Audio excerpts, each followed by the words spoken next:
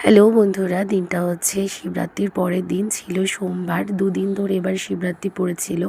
যেহেতু সোমবার ছিল, আমি আর সুযোগটা হাতছাড়া করলাম না। উপোস ছিলাম, তাই জন্য আজকে বাবার মাথায়, মানে আমার বাড়ির বাবার মাথায় আবার আরেক প্রহরে জল ঢালছি। আমাদের ৪ প্রহরেই জল ঢালা সম্পন্ন হয়েছে।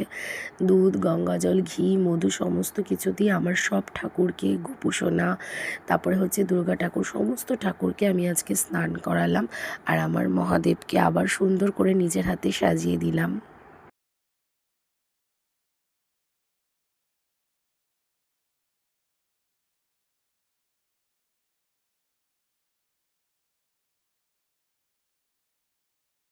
তারপরে আমার মহাদেবকে সাজিয়ে গুছিয়ে ঘি, গঙ্গাজল, মধু, দুধ, দই, তারপরে হচ্ছে ডাবের জল সমস্ত কিছু দিয়ে, তারপরে হচ্ছে পঞ্চশস্য, ধান, দুব্য সমস্ত কিছু দিয়ে বাবাকে আবার বাবার মাথায় জল ঢাললাম।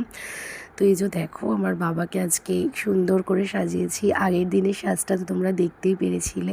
আর আবার আমি ঘিয়ের প্রদীপ জ্বালিয়ে নিয়েছি। ঘিয়ের প্রদীপ দিয়ে বাবাকে আরতি করে নিচ্ছি। তারপরে মাকে বললাম, মাও বললো যে যখন এখনও আছে শিবরাত্রি, তাহলে আমিও আজকে একটুখানি জল ঢালি। মা কালকেও ঢেলেছিল। মা কালকের মন্দিরে যেতে পারিনি, আমি গেছিলাম। তো আজকে মা আবার বাড়ির শিবকে মা আর আমি দুজন মিলে পুজো করলাম। এই যে দেখো আমাদের মহাদেব, হর হর মহাদেব। সবাইকে ভালো রেখো, সুস্থ রাখো। দেখো সুন্দর করে সাজিয়ে গুছিয়ে 5 ফল দিয়ে আমি মহাদেবের পুজো করেছি। তো এই যে আমার মহাদেব। তো তোমরা কারা কারা শিবরাত্রি করেছো, 2 দিন করেছো, তোমরা অবশ্যই জানিও।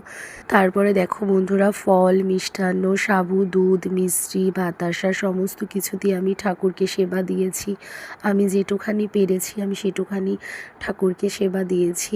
তো আজকের দিনটা তো ভীষণ ভীষণ ভালো কাটলো। 2 দিন ধরে শিবরাত্রি পালন করলাম। আর এইদিকে দেখো আমার সোনা বাবা কুল খেতে বসে পড়েছে। টক কুল, আমার তো ভীষণ ভয় লাগছিল, ওকে খেতে দিতে ইচ্ছা করছিল না। এমনিতেই ঠান্ডা লেগেছে, তাও কি করব, ভালো লাগছে ওর মুখে, তাই ও খাচ্ছে। যাই হোক, আর না করলাম না। তো এইদিকে দেখো আমার পাকা বুড়ো ঠাম্মির চাদর পরে এবার বুড়ো দাদু সেজেছে। তো চলো বন্ধুরা, আজকের এই ভিডিওটা এখানেই শেষ করছি। Ta-ta, by.